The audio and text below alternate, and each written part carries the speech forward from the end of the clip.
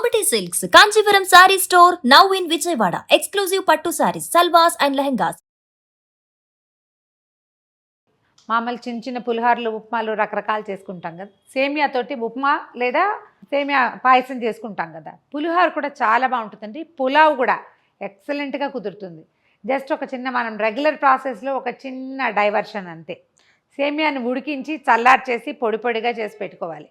ఆ తర్వాత దాంతో మీరు పులావ్ చేయండి, ఫ్రైడ్ రైస్ చేయండి, పులిహోర చేయండి, ఉప్మా చేసుకోండి. ఏం చేసినా బాగుంటుంది అండ్ బాగా ఈజీగా కూడా డైజెస్ట్ అయిపోతుంది.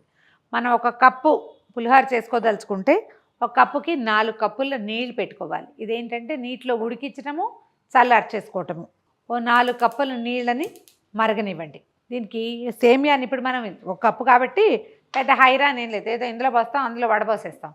ఎక్కువ చేయాలనుకోండి, 1 కేజీ చేయాలంటే ఈ పాత్ర పెద్దది కావాలి, చల్లార్చి పెట్టుకునే పాత్ర కూడా పెద్దది కావాలి. చిన్న చిన్న వాటితోటి పని అవ్వదు. 1 కిలో చేస్తే ఆ మాత్రం అవుతుంది కదా.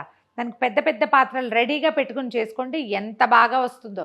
చాలా సింపుల్గా కొత్తగా చేసేవాళ్ళు కూడా సేమియా పులిహోర చేసేసేయచ్చు. జస్ట్ మనకి పులిహోర తాలింపు రావాలి, ఈ ప్రాసెస్లో ఉన్న కిటికీ ఏమిటో అర్థం కావాలి, అంతే. స్టవ్ కొంచెం సిమ్లో పెట్టండి. ఒక హాఫ్ టీ మనం పులిహోర చేస్తే కనుక ఇందులో పసుపు వేసేయండి. పులిహోర కాకపోతే పసుపు వేయద్దు. తర్వాత కొంచెం 1 స్పూన్నర నూనె వేయండి. ఉప్పు ఇందులో పెద్ద పట్టదండి, మనం పైన వేసుకోవచ్చు. ఉప్పు ఇందులో వేసినా ఏం పెద్ద ఉపయోగం ఏమి ఉండదు. ఏం చేద్దామంటే ఈ పసుపు చక్కగా కలిసిపోయింది చూడండి, కలర్ ఈవెన్గా వస్తుంది. మనం పులిహోరకి అన్నం వండేటప్పుడు కూడా నీళ్ళల్లో పసుపు వేస్తే కలర్ బాగా వస్తుంది కదా. ఈ నూనె వేస్తే ఏంటంటే కొంచెం అంటుకోకుండా వస్తాయని సేమియా ఎత్తి ఇందులో పోసేయండి. ఒక 2-3 మినిట్స్ ఉడకనిస్తే చాలు.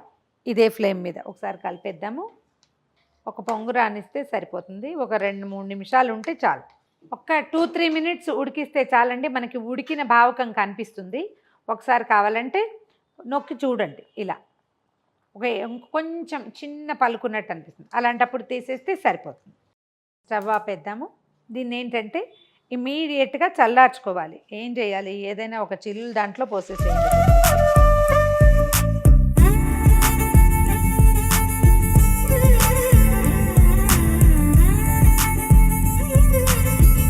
ఏం చేద్దామంటే కాసిన చల్లటి నీళ్ళు పోసేసి దీన్ని చల్లారి పెట్టేసుకోవాలన్నమాట. ఇది చల్లారిపోతే మనకి చక్కగా విడిగా వచ్చేస్తుంది. రన్నింగ్ వాటర్ పోసినా కూడా బాగానే ఉంటుంది.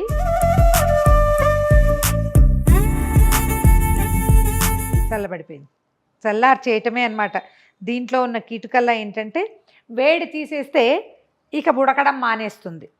వేడి స్టవ్ నుంచి తీసేసాం, ఇందులో నుంచి కూడా వేడిని తీసేసేయాలి. మనం కొద్దిగా ఆరిపోనిచ్చి ఏదైనా వెడల్పాటి పళ్ళెంలో పోసేసి ఆరనివ్వండి. పూర్తిగా ఆరినది మంచి రుచిగా కుదురుతుంది మనకి. సేమియా ఆరబెట్టేసుకున్నాం కదా, అది మీరు వెంటనే ఏం చేయక్కర్లా. దాన్ని పూర్తిగా ఆరిపోనిచ్చి 2 గంటల తర్వాత అయినా చక్కగా తిరగమాత పెట్టుకోవచ్చు. చల్లారిపోయినా మనకు వచ్చిన ఇబ్బంది లేదు. ఇంకా పొడిలాడుతూ వస్తుంది. ఏం చేద్దాము, చిన్న తిరగమాత పెట్టుకుందాం.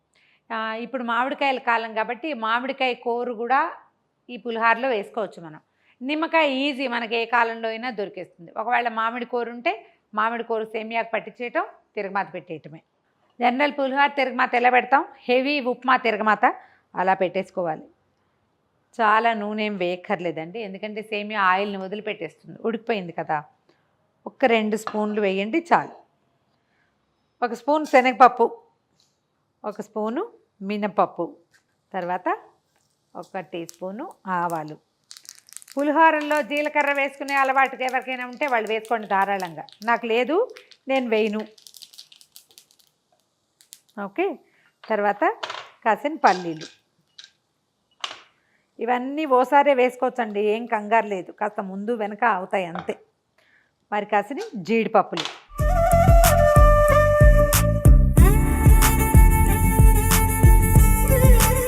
ఓ 2 ఎండుమిర్చి, పచ్చిమిర్చి చీలికలు, ఒక 2 ఎండుమిరపకాయలు, కొద్దిగా ఇంగువ.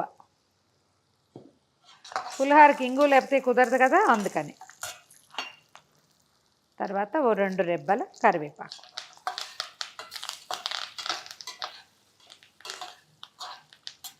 మనం చల్లార్చి పెట్టుకున్నాం కదా, ఆ సేమియాని ఇందులో వేసేయండి.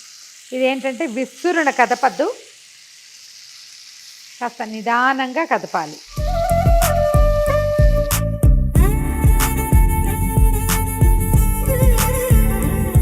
సరిపడా ఉప్పు వేసేయండి. దీన్ని కదపగలరా లేదా అనేది చూసుకోండి. నేను కదపలేను చాలా ఉందంటే నిమ్మరసంలో ఉప్పు కలిపేసి పోస్తే ఈవెన్గా కలిసిపోతుంది. అలాగా అంటే మనం సేమియాని డిస్టర్బ్ చేయకుండా కలుపుకోవాలి. ఒకవేళ కొబ్బరి కూర కనుక అయితేనండి మనకి సేమియా ఆరిపోతుంది కదా, ఆరిపోయిన సేమియా మీద అదే మామిడి కూర అయితే మామిడికాయ కూరేసేసి మెత్తగా కొంచెం సన్నటి కూరగా కూరేసి ఉప్పు కలిపేసి సేమియాకి పట్టించి వదిలిపెట్టేస్తే మొత్తం తడి పీల్ చేసుకుంటుంది.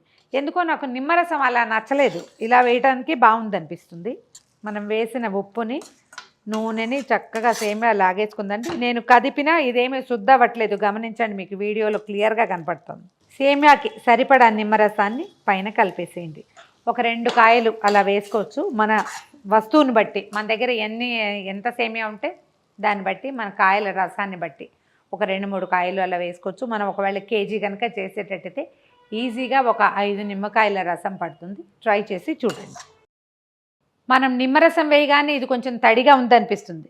ఓ 10 నిమిషాలు పోయాక ఏమీ తడి ఉండదు, ఏముండదండి, మొత్తం లాగేస్తుంది. నూనెని కనపడనివ్వదు, నీటిని కనపడనివ్వదు. ఒక కప్పుతోటి ఇద్దరికి సర్వ్ చేసేంత పులిహార వచ్చేస్తుంది.